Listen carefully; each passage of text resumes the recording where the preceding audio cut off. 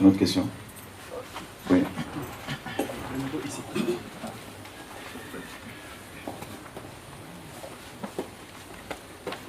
Celui qui est là, je marche derrière Jésus, je ne le connais pas.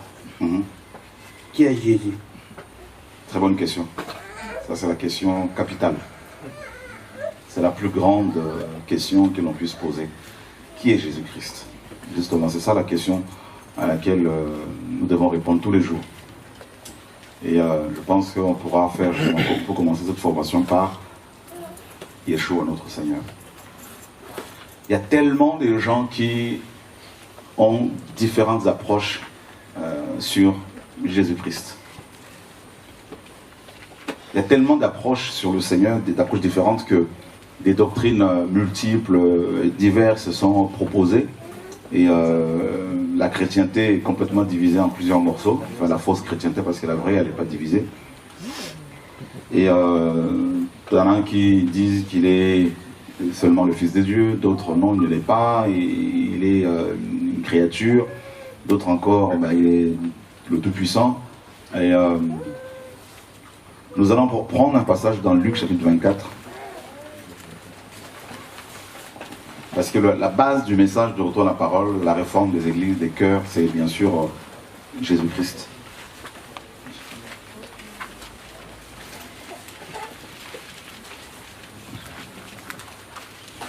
Luc 24, donc nous sommes ici après la résurrection du Seigneur. Et verset 44, le Seigneur dit, « Puis il leur dit, ce sont ici les paroles que je vous disais lorsque j'étais encore avec vous, qu'il fallait que s'accomplisse tout ce qui est écrit de moi dans la loi de Moïse, dans les prophètes et dans les psaumes. » Ici, le Seigneur parle de 3 sections des Écritures, ce qu'on appelle le Tanakh.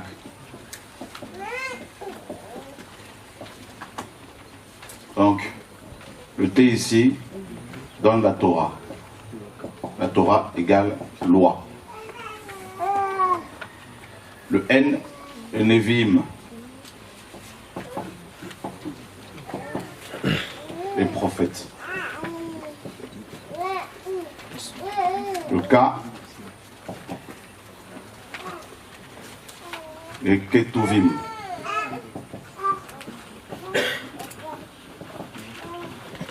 Les écrits, notamment les psaumes, tout ça, là, les proverbes. Et d'ailleurs, pour votre information, je pense que beaucoup le savent, en aucun cas, le Seigneur, ni les apôtres ont désigné ces écrits, donc le Tanakh, de Genèse à Malachie.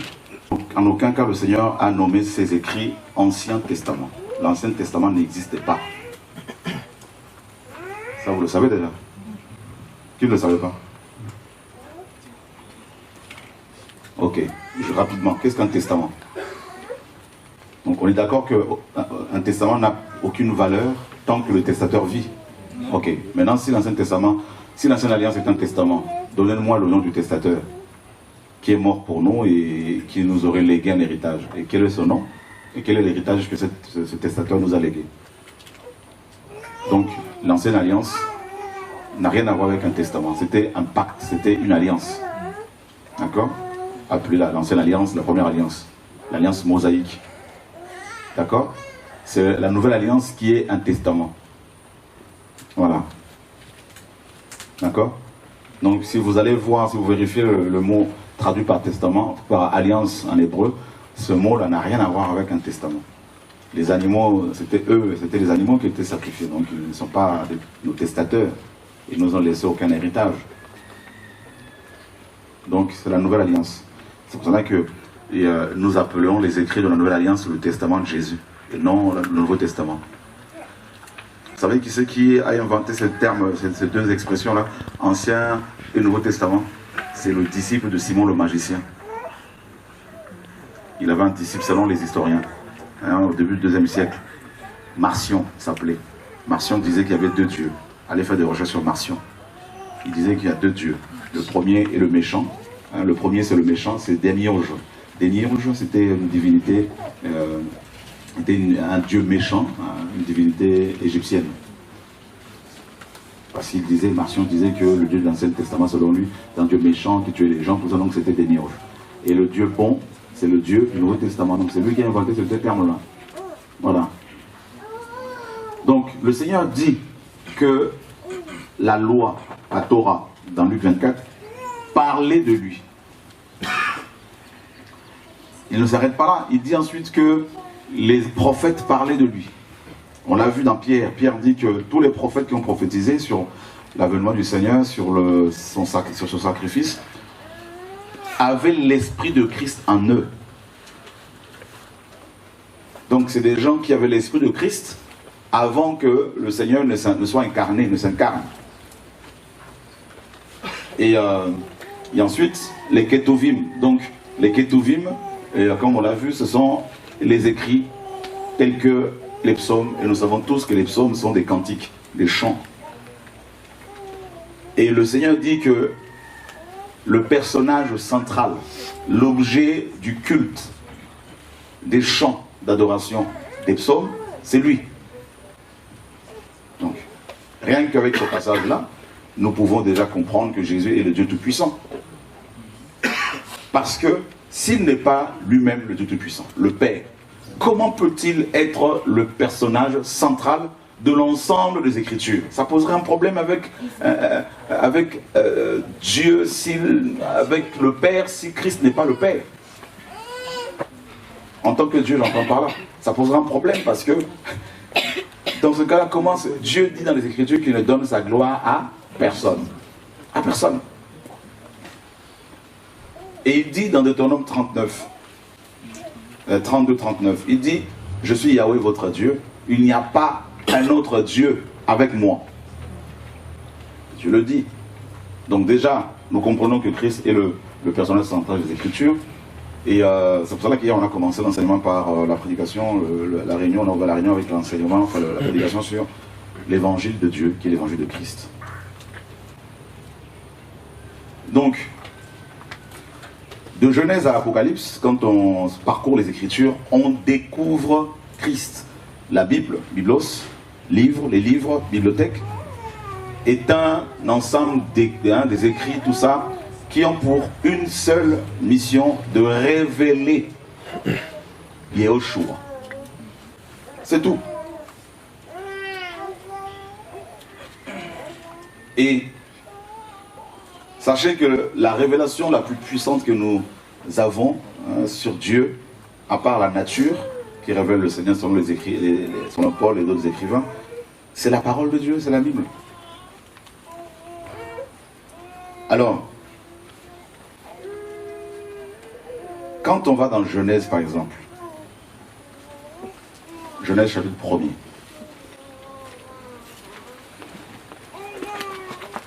il est dit quoi? Il est dit, au commencement, Dieu créa les cieux et la terre. Dans le mot commencement ici, donc on parle de Christ, bien sûr, l'enseignement sur Christ. Le commencement se dit Bereshit en hébreu, on a déjà parlé ici. Bereshit se traduit par commencement ou encore Genèse. D'accord? La Genèse. On peut traduire le titre de ce livre par au commencement. En tout premier lieu. Et la première lettre des Écritures que Dieu va utiliser, la toute première lettre, on sait que la première lettre de l'alphabet hébraïque c'est Aleph. D'accord? Aleph, ça donne ça.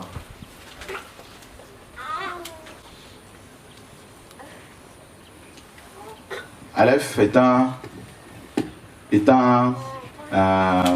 la base, est un bœuf. Et ça correspond à alpha. L'alpha. Chez les Grecs. Et Dieu, selon la logique humaine, pour un être humain normal, pour nous, logiquement, les Écritures devraient plutôt révéler la lettre A, commencer par la lettre A, avec la lettre A, Aleph. Non, Dieu a choisi la lettre B. Suivez très bien parce que je parle de Yeshua, on va aller à la source, à la base. Dieu choisit la lettre B. Il choisit lui-même, dans sa volonté divine, de commencer les Écritures bibliques en révélant la lettre B. Donc, Genèse, Bereshit, au commencement.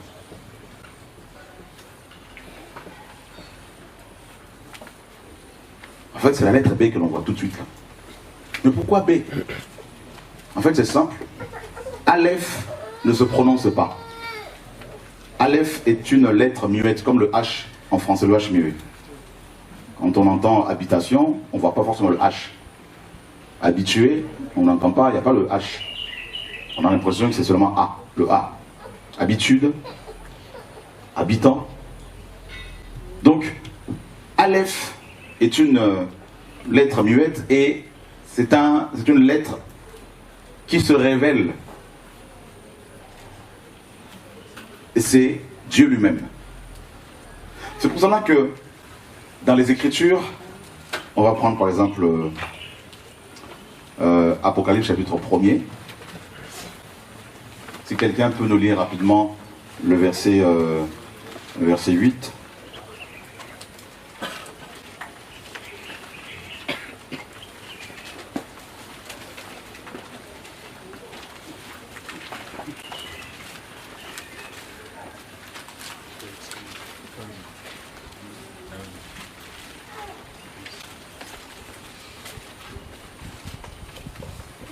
Quelqu'un l'a trouvé?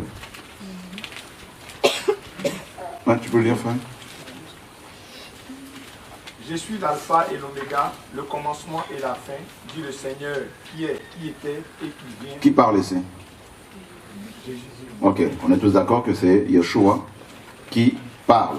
Amen. Il dit qu'il est l'alpha et l'oméga. Et il nous dit que le Seigneur qui est, qui était et qui vient. Donc celui qui vient, bien sûr, c'est Yeshua. Donc ils se prennent comme l'alpha.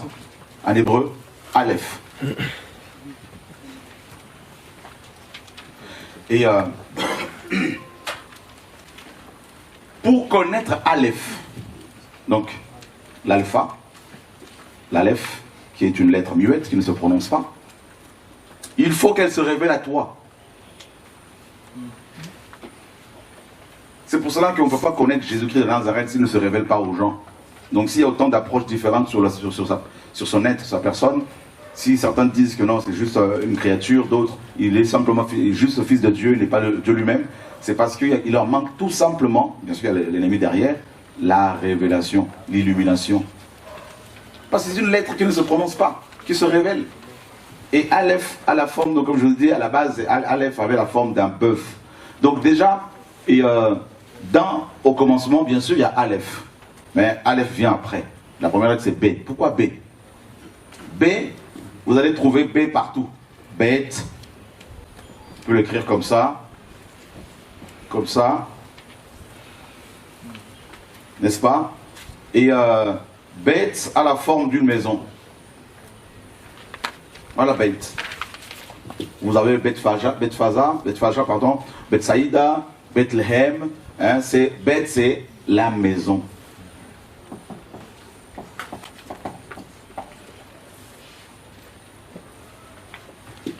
Beth a comme valeur numérique le nombre 2. Le chiffre 2. Et donc ça veut dire que Dieu, dès le commencement des Écritures hébraïques, donc dans Genèse là-bas, nous parle de deux réalités. Tout de suite. Vous allez comprendre là où je vais en venir. Et il nous fait comprendre, il révèle d'abord sa maison. Il présente d'abord sa maison. Et l'apôtre Paul dit, l'auteur des Épîtres aux Hébreux dit que sa maison, c'est nous. C'est terrible. Paul dit que nous sommes le temple du Saint-Esprit. Donc Dieu, au lieu de se révéler lui-même tout de suite, non. Non.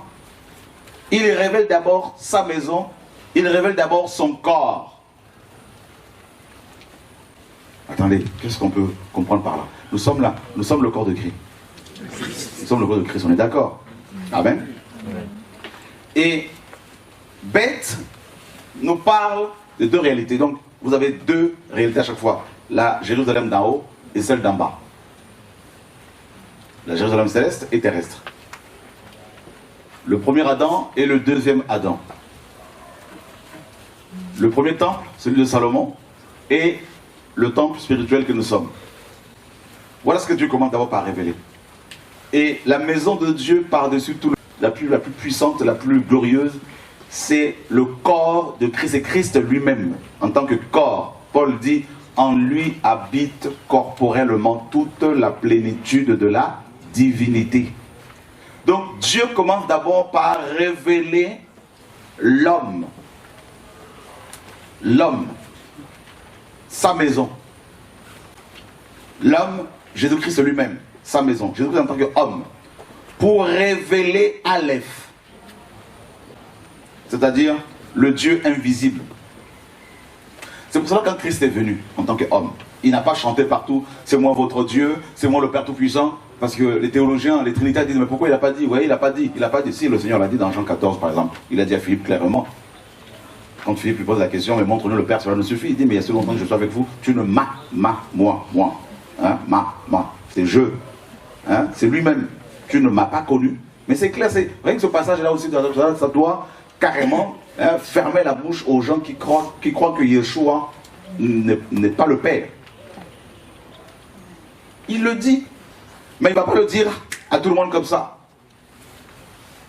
Parce que déjà, quand il a dit qu'il était, que Dieu et lui étaient un, on a pris des pierres pour le lapider. Il dit même aux apôtres, il y a beaucoup de choses que j'aimerais vous révéler, mais elles sont au-dessus de votre portée. À peine qu'il a parlé de sa mort, Pierre l'a pris à part pour dire, tu ne mourras pas. Sois miséricordieux avec toi-même, littéralement. Tu ne peux pas mourir. À peine qu'il a parlé de la nouvelle naissance, la naissance d'en haut, que le grand docteur de la loi, Nicodème, était troublé. Il dit au Seigneur, le Seigneur lui dit, toi qui es estimé de tous. Donc le Seigneur lui dit, mais si je te parle, si je vous parle des choses terrestres et vous ne le comprenez pas, mais comment allez-vous comprendre les choses spirituelles quand je veux commencer à en parler? Donc vous voyez bien qu'il faut comprendre le contexte. Le Seigneur vient parmi un peuple, je vois que beaucoup sont fatigués, vous voulez qu'on passe, peut-être on vous laisse vous reposer. Il vient parmi un peuple à qui Dieu avait dit, on ne peut pas voir Dieu et vivre. On est d'accord? Donc vous voyez le contexte. Donc quand certains musulmans disent, mais vous voyez, Jésus-Christ lui-même n'a pas dit qu'il était Dieu, mais il a dit, on le voit. Il y a un contexte. Il y a des choses, il dit même aux apôtres qu'il avait choisis, il y a des choses, je ne peux pas vous le dire maintenant. Et Pierre, à la fin de la vie du Seigneur, avant sa mort, Pierre disait avec les autres apôtres, maintenant tu nous parles ouvertement.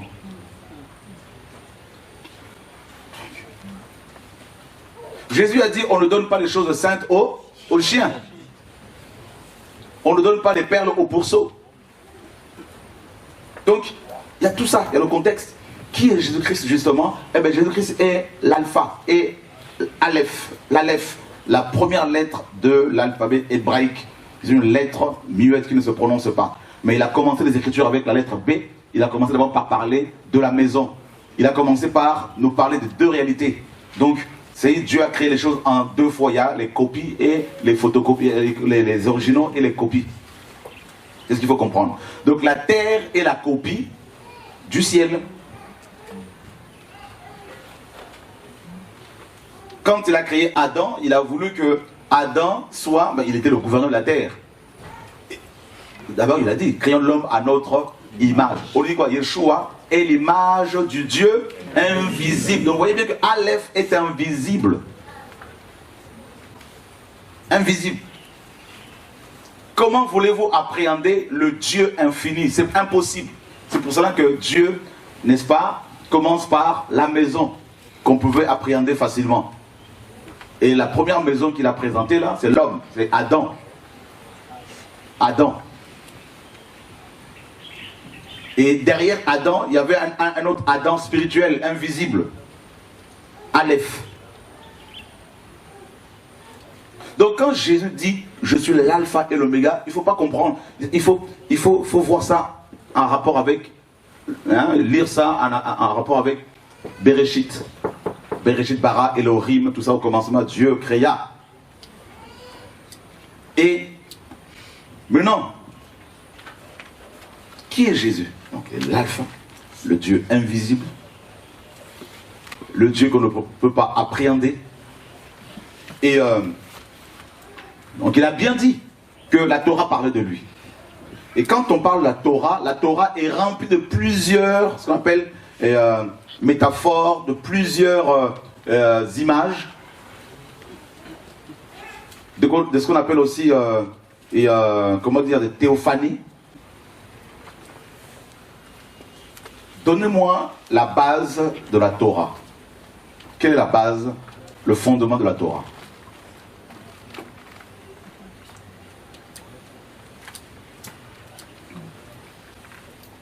La loi mosaïque, on va dire, la loi mosaïque. Quel est le socle de la loi mosaïque?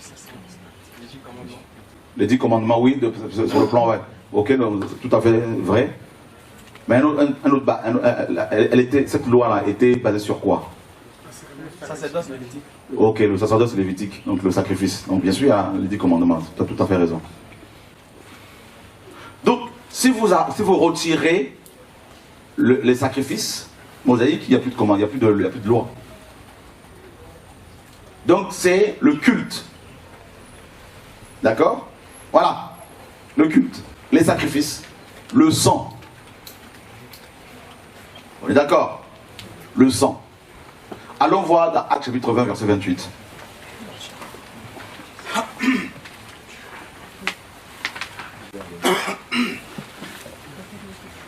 Quelqu'un peut le lire?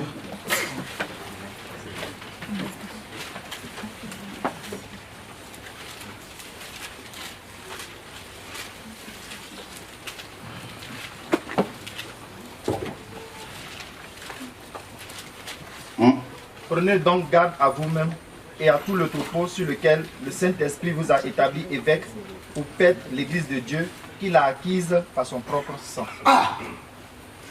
Donc ça veut dire que c'est le sang de Dieu qui a coulé. Il n'est pas mort en tant que Dieu. Non, parce que Dieu ne meurt pas. Il est mort en tant qu'homme. Mais le sang qui t'a racheté, c'est le sang de Dieu. C'est quand même terrible. Voilà la base du sacrifice. Paul, l'auteur de l'Épître aux Hébreux, dit que sans effusion du sang, on est d'accord, hein?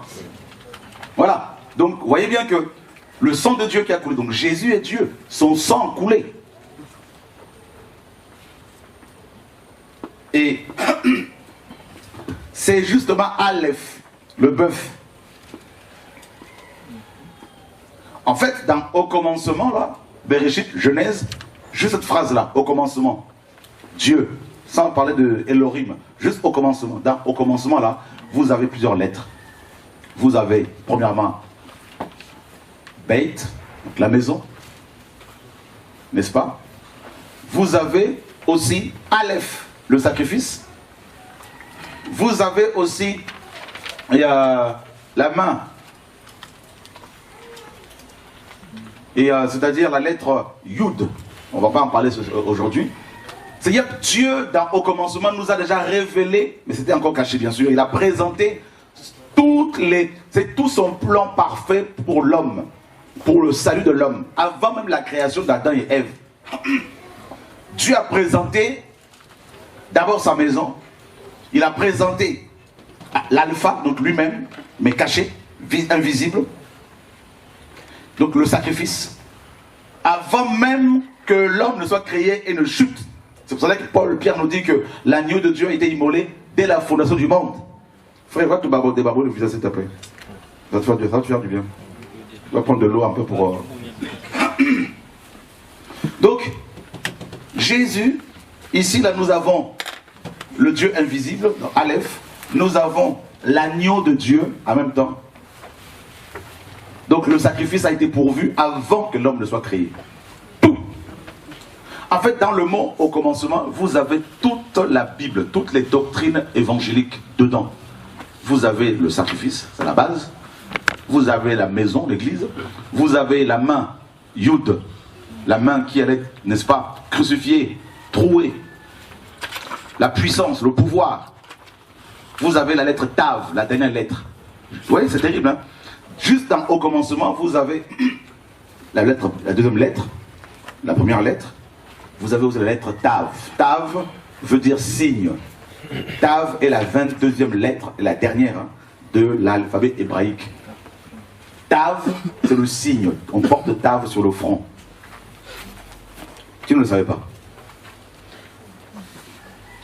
Voici le signe. La Vierge sera enceinte. Le signe, Tav. Nous sommes dans Ézéchiel chapitre 9. Qui est Yeshua?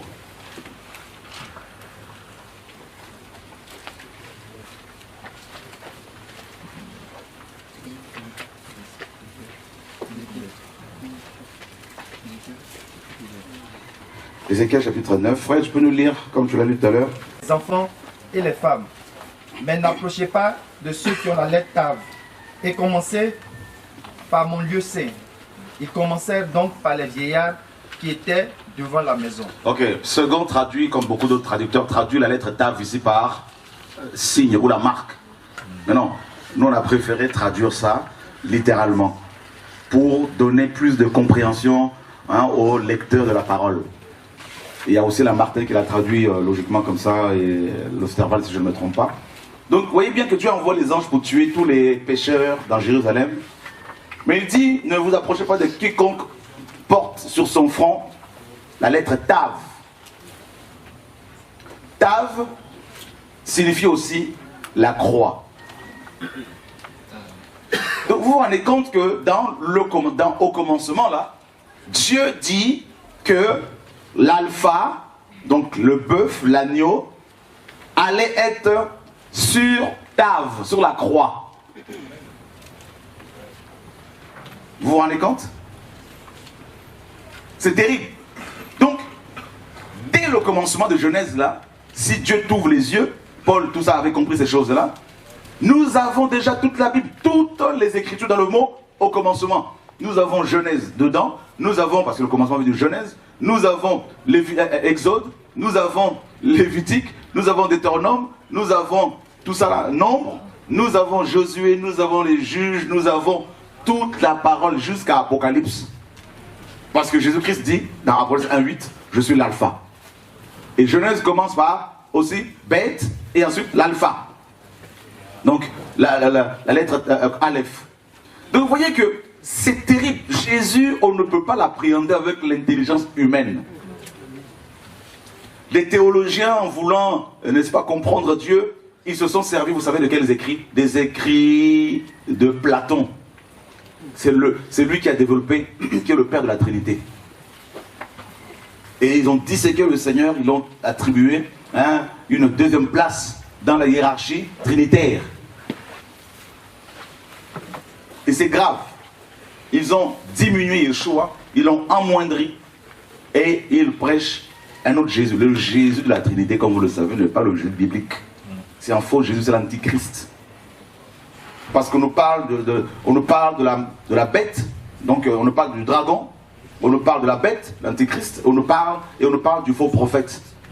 Et on nous parle de 3 esprits en forme de grenouilles qui vont préparer les armées de ce monde pour la guerre d'Armageddon. C'est la Trinité diabolique. Voilà la Trinité qui est prêchée dans les assemblées. Là. Tout ça, à chaque fois que vous parlez de la Trinité, ce sont ces grenouilles là, tout ça là, qui viennent s'accaparer des gens, accaparer de leurs esprits là, pour leur faire croire que Dieu est divisé en 3 parties. Amen. Vous voyez? Alors, maintenant, Dieu se cache, Aleph. Parce que s'il se révèle tel qu'il est ici, on va tous mourir. On va tous cramer. À peine qu'il a visité Moïse, que même Aaron, quand Moïse est redescendu de la montagne, Aaron et les autres se cachaient, Moïse était obligé de se voiler la face, de couvrir son visage là pour ne pas que les autres aient peur. Vous vous rendez compte? C'est-à-dire, imaginez maintenant Aleph, le Dieu tout-puissant, Yeshua, s'il apparaît tel qu'il est ici, la terre même va exploser. C'est pour cela, il se cache. Regarde Ésaïe 45.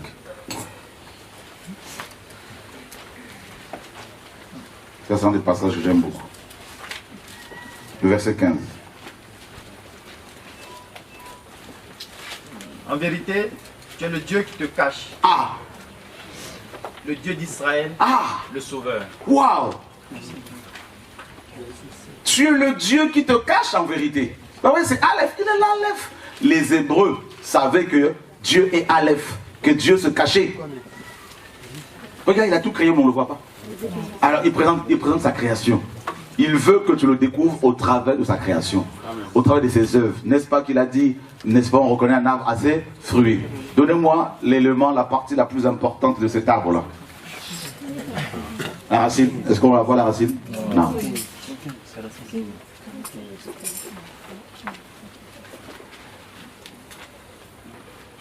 Et il dit dans Ésaïe 45, regardez. Verset 5, mon frère. Je suis Yahweh, et il n'y a point d'autre à part moi. Oh! Vous pensez que Dieu s'est trompé là quand il a dit ça à Ésaïe? Jésus a dit quoi? Les prophètes ont parlé de lui, non? On est d'accord, hein? Amen. Donc, quand Ésaïe dit que, quand Dieu dit par Ésaïe, je suis Yahweh, en fait c'est Jésus qui parle. Amen. Ne pensez pas que Jésus a commencé à se manifester seulement avec dans les évangiles et dans les actes des apôtres. Mais c'est faux, ça vous le savez déjà. Il a dit que les prophètes ont parlé de lui. Pierre a dit que Ésaïe, tout ça, les autres prophètes, tous les prophètes avaient l'esprit de Christ. Donc quand Ésaïe parle ici, là, c'est l'esprit de Christ, le Saint-Esprit, qui parlait par sa bouche. Amen. Et l'esprit de Christ ne pouvait parler que de Christ. Amen. On est d'accord? Alléluia. L'esprit de Shora révèle Shora. Donc quand Pierre dit, vous savez, les prophètes qui ont prophétisé touchant la grâce qui vous a été destinée, ont fait de ce salut l'objet de leurs recherches et leurs investigations. Ils voulaient sonder l'époque et les circonstances marquées par l'esprit de... Il y a combien de Saint-Esprit là? Pierre, Paul nous dit qu'il y a un seul. D'accord? Ok. Et Christ a les 7 yeux. On est d'accord, hein? Qui sont les 7 esprits de Dieu envoyés. Mais si Jésus-Christ a les 7 esprits, 7 c'est la perfection, c'est l'absolu, c'est la globalité. Si Jésus-Christ a les 7 esprits là,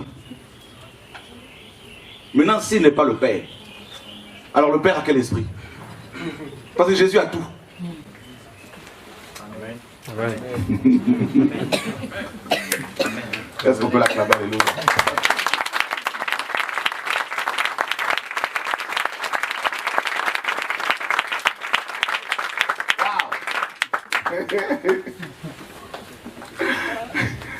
Vous vous rendez compte qui est Jésus? Mais il est trop fort. Waouh! Et regardez bien, hein? Ésaïe dit ici, Dieu dit, Yeshua, hein? Il dit, je suis Yahweh et il n'y en a point d'autre. Je forme la lumière, je crée les ténèbres. C'est fort, hein? Je fais toutes ces choses. Il y a un autre passage que j'aime beaucoup. Il dit, au chapitre 43, regardez bien. Le verset 10. Vous êtes mes témoins, dit Yahweh, et mon serviteur que j'ai élu, afin que vous connaissiez, que vous me croyiez, et que vous compreniez que je suis. Avant moi, il n'y a point été formé de Dieu, et il n'y en aura point après moi. Moi, je suis Yahweh, et après moi, il n'y a point de sauveur. Oh!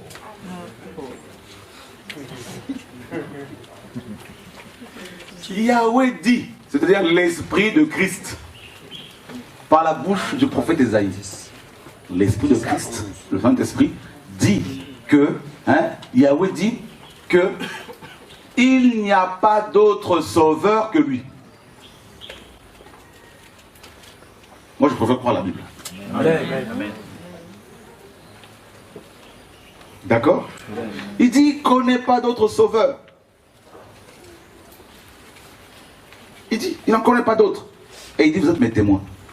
Il a pris les Juifs, il leur dit, vous êtes mes témoins. Maintenant, quand on consulte les témoins de Yahweh, les vrais témoins de Yahweh, pas les témoins de Jéhovah, les témoins de Yahweh. Consultons Abraham. Vous allez trouver la Trinité chez lui? Non. Le Père de la foi. Consultons tous les prophètes. Qui croient qu'Abraham est le Père de la foi? Vous pensez vous pensez que Dieu va déclarer qu'Abraham est le Père de la foi sans lui avoir révélé la Sainte Trinité? Si la Trinité était biblique?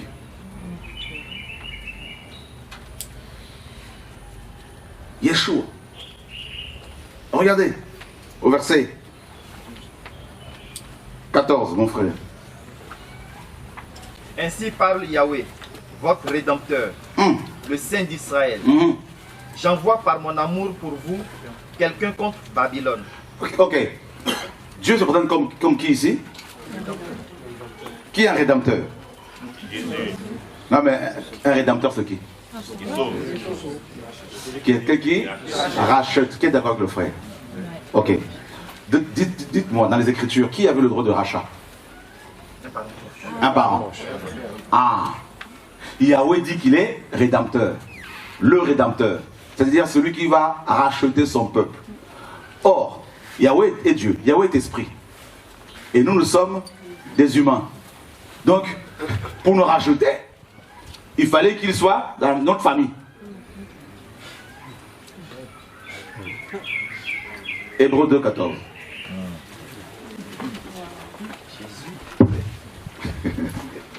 Seigneur, sauve-nous. Ainsi donc, puisque les enfants participent à la chair et au sang, lui aussi de même a participé aux mêmes choses, afin que par la mort, il rende impuissant celui qui avait le pouvoir de la mort, c'est-à-dire le diable. Continue. Et qu'il délivre tous ceux qui, par la crainte de la mort, étaient assujettis toute leur vie à la servitude. Car, en vérité, il n'a nullement secouru les anges. C'est ça les esprits. Il a secouru la postérité d'Abraham. Ah.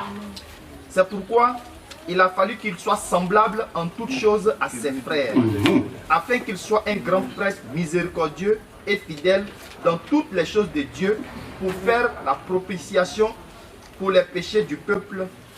En effet, parce qu'il a souffert lui-même, lorsqu'il a été tenté, il peut secourir tous ceux qui sont tentés. Vous vous rendez compte?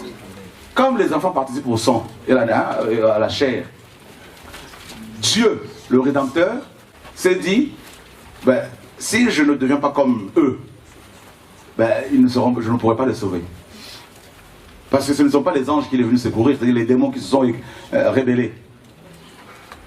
Alors c'est pour cela qu'on nous dit que, Paul dit, le mystère de la piété est grand. Ah. Dieu a été manifesté en chair. Et la parole est devenue chair. Ben voilà. C'est Yahweh. Jésus, c'est Yahweh qui est venu lui-même. Jésus, c'est le Père qui est venu. Parce que les gens vont dire, mais oui, mais sur le trône là-bas, il est resté qui? Voilà les calculs humains. On est tellement mathématiques, on est tellement sectorisés, complètement séparés, divisés en nous, là, limités. Allons voir dans Jean 3, 13. Qui est Jésus?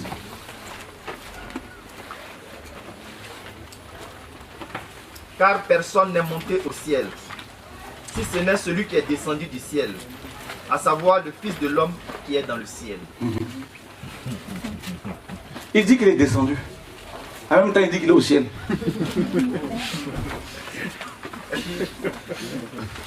Vous voyez, non? Il remplit tout. Vous ne pouvez pas dire que l'air que nous respirons ici, là, hein, vous ne pouvez pas couper en 3 morceaux l'air que les habitants de la terre respirent.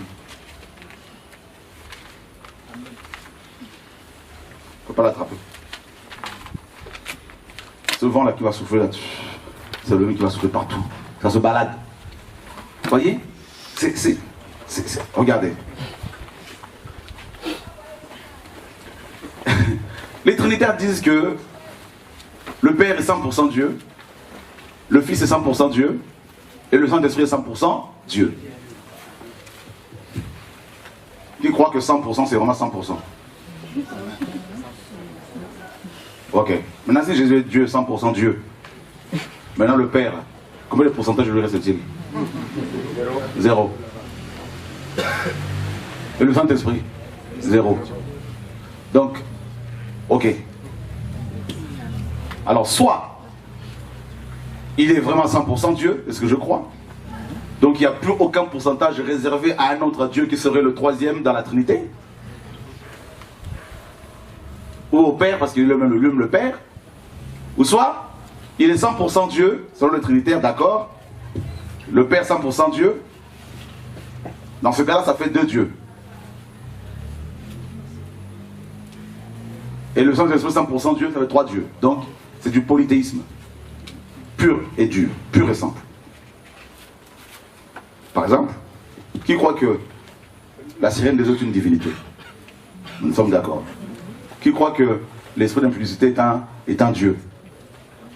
Qui sont 100% Dieu. Faux Dieu, bien sûr. Donc, vous voyez, c'est pour ça que Paul dit qu'il y a plusieurs faux dieux. Il y a plusieurs dieux.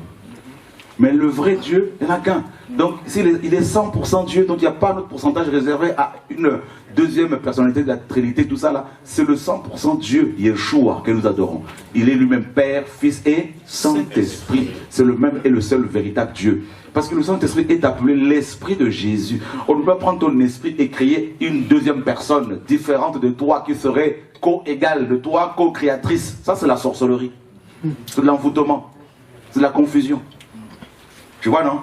Donc, qui est Jésus? Jésus, mais Jésus, c'est Yahweh. Jésus, d'ailleurs, Yeshua veut dire quoi? Yahweh est salut. Le soleil se lève à l'est et se couche à l'ouest. Ok.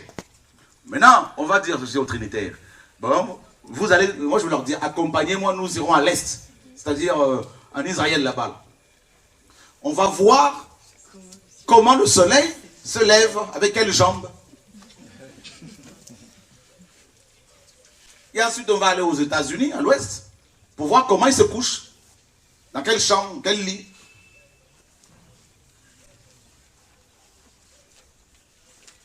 Vous voyez bien que ce n'est pas le cas. Donc, c'est la Terre qui tourne autour du Soleil.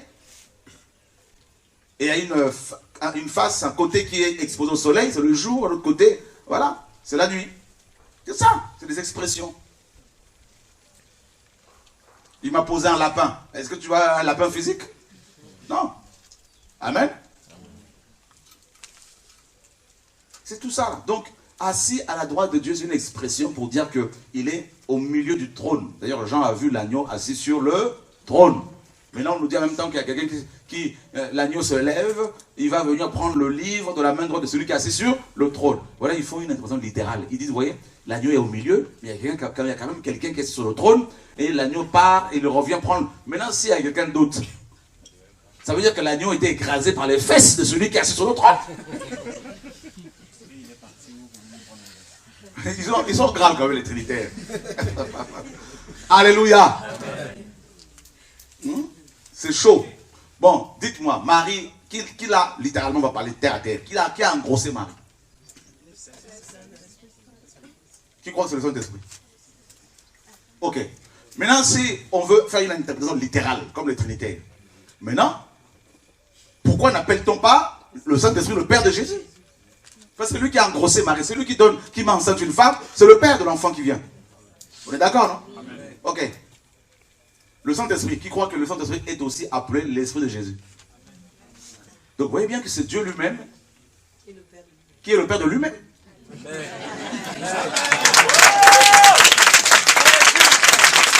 oui, Jésus. On peut l'acclamer, il le mérite, la gloire à Dieu.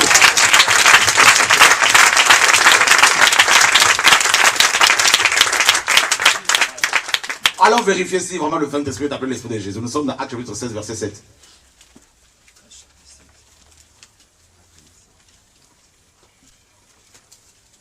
Actes 16, verset 7. Arrivés près de la Mysie, ils se disposèrent à entrer en Bithynie. Mais l'Esprit de Jésus ne le leur permit pas. Il y a plein d'autres versets où on dit l'Esprit du Fils, l'Esprit de son Fils. Donc vous voyez, c'est le même Esprit parce qu'il n'y en a qu'un. Maintenant, c'est le Saint-Esprit qui a rendu Marie grosse. Donc si le Saint-Esprit n'est pas le Père, selon le Trinitaire, hein, c'est ce qu'ils disent. Que le Saint-Esprit il est Dieu, mais pas le Père. Donc dans ce cas-là, Marie serait polyandre. Aurait pratiqué la polyandrie, c'est-à-dire le fait d'avoir plusieurs hommes. Donc ça veut dire que le Père serait cocu par le Saint-Esprit. C'est dur. Parce qu'on dit non, le Saint-Esprit n'est pas le Père. Ok. Mais attends, cet enfant-là, on dit que c'est le Fils de Dieu. On est d'accord, hein? Mais ils disent en même temps, ce Dieu-là qui est le Père de cet enfant, n'est pas le Saint-Esprit. Parce que le Saint-Esprit, c'est un autre Dieu. Ok, il y a un problème là. Il y a un problème.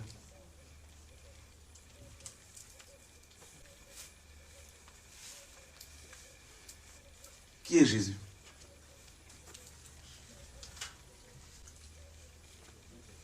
Il est l'Esprit. Dieu est Esprit. On est d'accord? Amen. 100% homme, 100% Dieu. Regardez, Luc chapitre 24.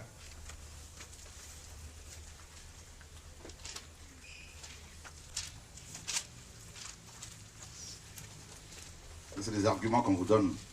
Luc 24. Quelqu'un peut le lire, mon frère, à partir du verset 36.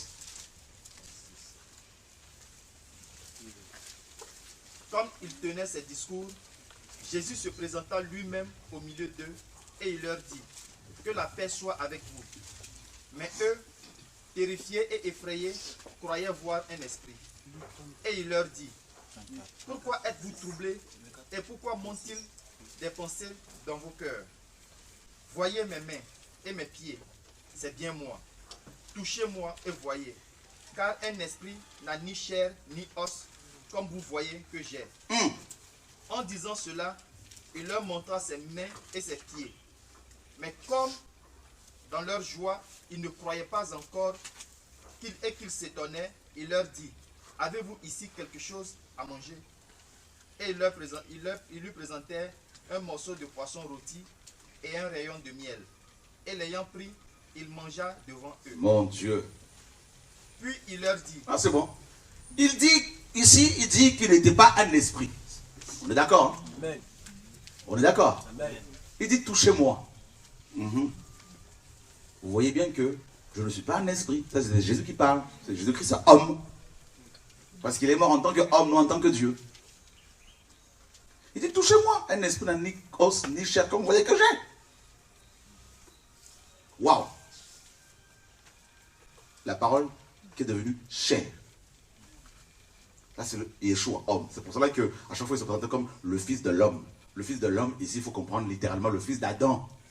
C'est pour cela que dans sa généalogie, on a remonté jusqu'à Adam, le premier homme, parce qu'il est venu secourir les fils d'Adam.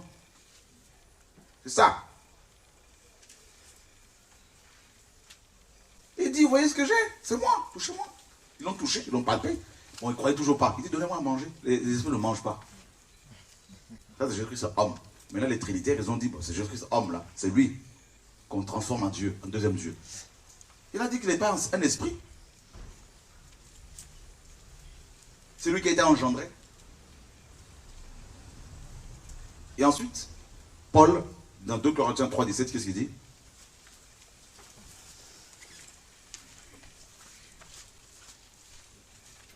Or le Seigneur est l'Esprit. Ah! Et là où est l'Esprit du Seigneur, là est la liberté. Oh! Oh, le Seigneur est l'Esprit. Oh mon Dieu! Vous vous rendez compte ici? Attends. Un esprit n'a ni os, ni chair, comme vous voyez que j'ai. Or, le Seigneur est l'Esprit. C'est pas de contradiction. 100% homme, 100% Dieu. Dieu est Esprit. Jean 4, 24. Il faut que ceux qui l'adorent. Ah. Donc, Dieu Yeshua a été adoré. Vrai ou faux? Les mages l'ont adoré. Les apôtres l'ont adoré. Les femmes l'ont adoré. Maintenant, les Trinitaires vont dire, oui, mais quand il est ressuscité, il a dit dans Jean 20 à Marie, ne me touche pas car je ne suis pas encore monté vers mon Dieu et votre Dieu. C'est normal, c'est Yeshua, homme. S'il a dit ne me touche pas, parce que ce n'était pas un esprit qui était ressuscité, c'était l'homme. C'est pour cela qu'il disait, Dieu est mon Père et mon Dieu. Oui, mais dans Hébreu là-bas, on voit quand même deux dieux. Quand il est dit, oh Dieu, ton Dieu t'a oint d'une huile fraîche. Non, non, non, ils ne comprennent pas les choses là. Oh Dieu, ou encore, Dieu, qui est ton Dieu? C'est le même Dieu. Dieu, qui est ton Dieu? Vous comprenez un peu ou pas? Là, on parle au Fils, le côté humain. Hein? Dieu, qui est ton Dieu? Parce qu'en hébreu, on répète toujours les choses, deux fois, de suite. Hein? Donc quand on dit Dieu ici, on s'adresse au Dieu tout-puissant, le seul véritable. Dieu, qui est ton Dieu, t'a oint. Dieu, qui est ton Dieu, t'a oint. T'as compris, Alain? Ça passe, non? Pendant que j'écrivais mon dernier livre là, sur la Trinité, Dieu m'a ouvert les yeux là-dessus. J'ai sauté. J'ai dit, oh! C'est pourquoi le Père, qui est ton Père à toi, le Père qui est ton Père à toi t'a oint. C'est pour cela, Dieu, qui est ton Dieu, Dieu qui est ton Dieu à toi t'a oint. C'est une répétition ici pour appuyer une vérité.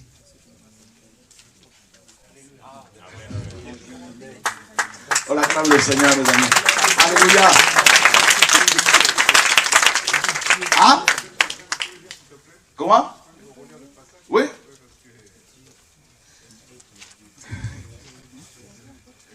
Vas-y, vas-y, vas-y. Hébreux chapitre 2. Chapitre 1, pardon. Oui.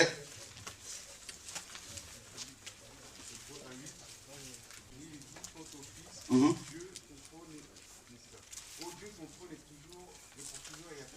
Mm-hmm.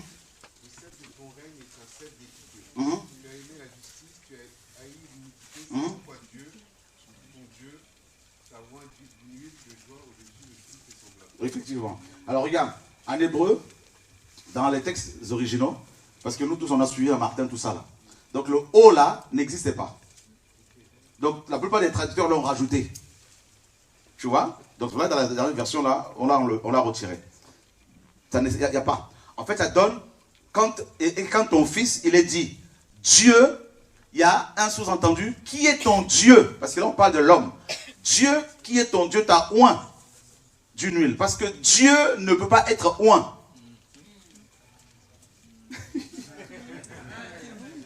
On acclame le Seigneur, alléluia, gloire à Dieu. Vous comprenez un peu là? C'est ça. Et les trinitaires disent, vous voyez, quand on dit Dieu ici, c'est Dieu le Fils. C'est pour cela qu'ils vont rajouter dans Jean 1 là-bas, hein, Dieu le Fils. Donc ça donne Dieu le Fils. En fait, non. Donc, littéralement, il est dit au Fils, Dieu, qui est ton Dieu? En fait, il y a le qui, c'est comme Aleph, qui nous mais en fait, il y a l'idée y est. Dieu, qui est ton... C'est pour ça que Yeshua, en tant que fils, il disait le Père, c'est son Dieu. Mon Père. Vous voyez? Et dans Apocalypse, il le dit.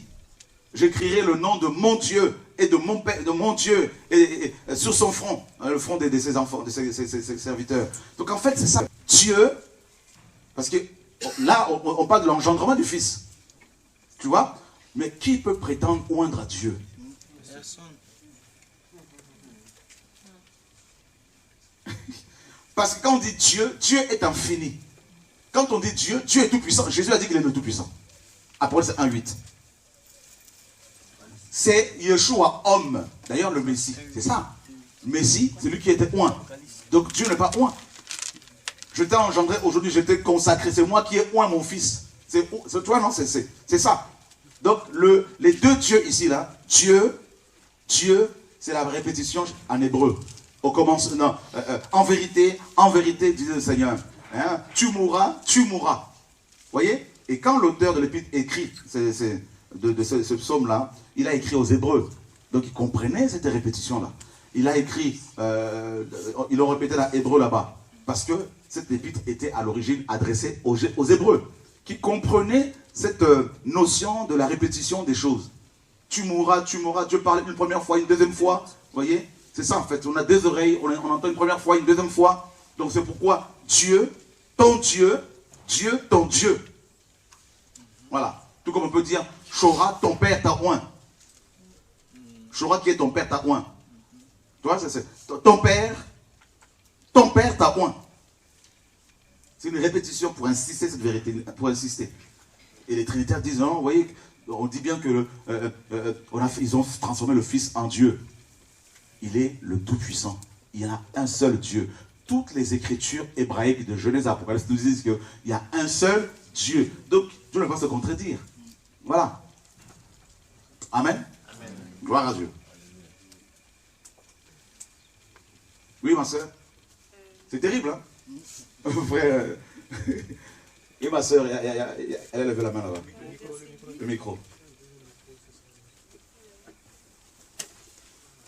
En fait, il y a la fausse doctrine trinitaire là, et d'autres fausses doctrines nous influencent par rapport à l'interprétation, la compréhension des Écritures. Voilà. J'ai une question par rapport au verset 8, juste avant, toujours dans Hébreu 1, quand il dit, mais il est dit quant au Fils, Dieu, ton trône demeure au siècle des siècles. Est-ce qu'on parle à Jésus du coup, ou est-ce qu'on dit toujours Dieu, ton Dieu t'a oint? Lis à partir du verset 7. Car quant aux anges, il est dit, il fait de ses anges des vents et des serviteurs des flammes de feu. Mais il est dit quant au Fils, Dieu, ton trône demeure au siècle des siècles, et le sceptre de ton royaume est un sceptre d'équité. Bien sûr. Donc là, on s'adresse à Jésus. En fait, il est 100% homme, 100% Dieu. En tant que Dieu, son trône ne passe pas. Tu vois, non? C'est le seul trône. Et quand Jean arrive au ciel, effectivement, il voit un seul être. Voilà. Donc maintenant, dans ce passage-là, vous avez le 100% Dieu et le 100% homme. Et c'est l'homme qui a été oint. On est d'accord? Dieu ne peut jamais, jamais être oint. Qui peut aujourd'hui dire que Dieu a été oint? Parce que Dieu dit qu'il n'y a pas d'autre Dieu avec lui. Auprès de lui, près de lui. Il n'y en a pas d'autre. Voilà. Celui qui a été oint, c'est le Messie. On va prendre Psaume chapitre 2 par exemple.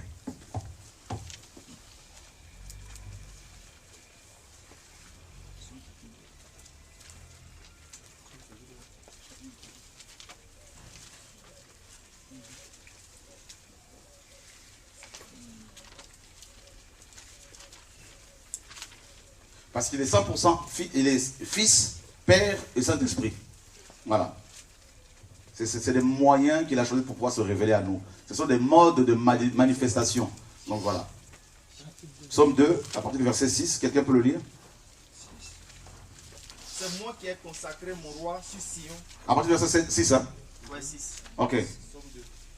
C'est moi qui ai consacré mon roi sur Sion, la montagne de ma sainteté. Ok, consacré, ici, consacré au oint, et il est question du Messie, Yeshua homme. D'accord? Voilà.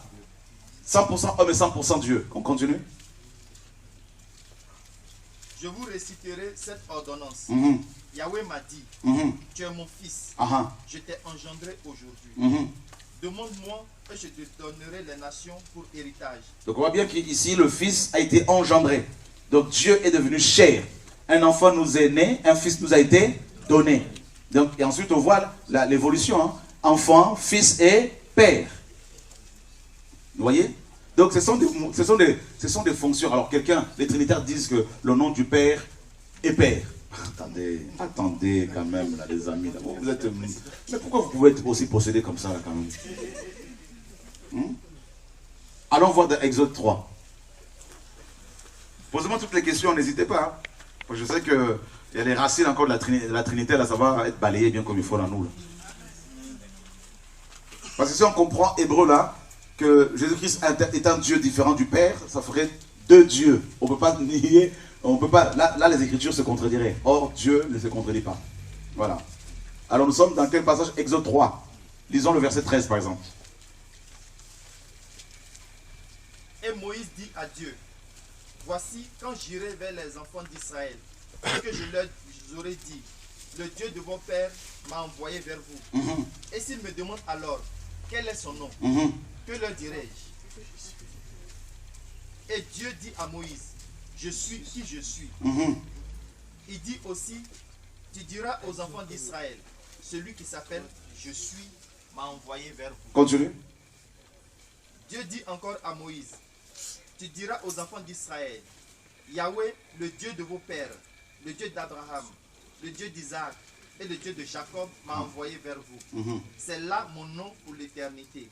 C'est là mon souvenir d'âge en âge. Alors, ce qui m'intéressait, c'est le souvenir.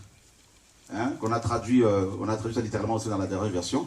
Ça montre encore, ça révèle, mes amis, la grandeur de ce Dieu. Et regardez, Dieu dit que son nom là, Yahweh, est un nom c'est un souvenir.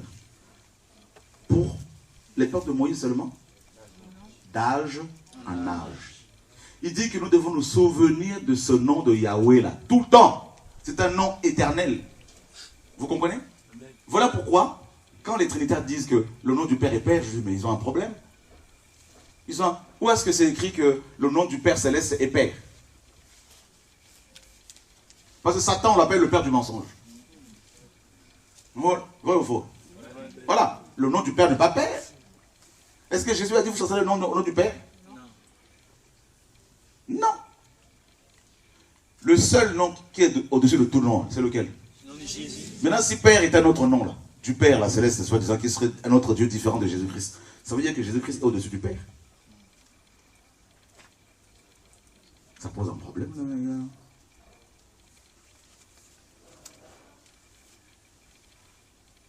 Pose un problème.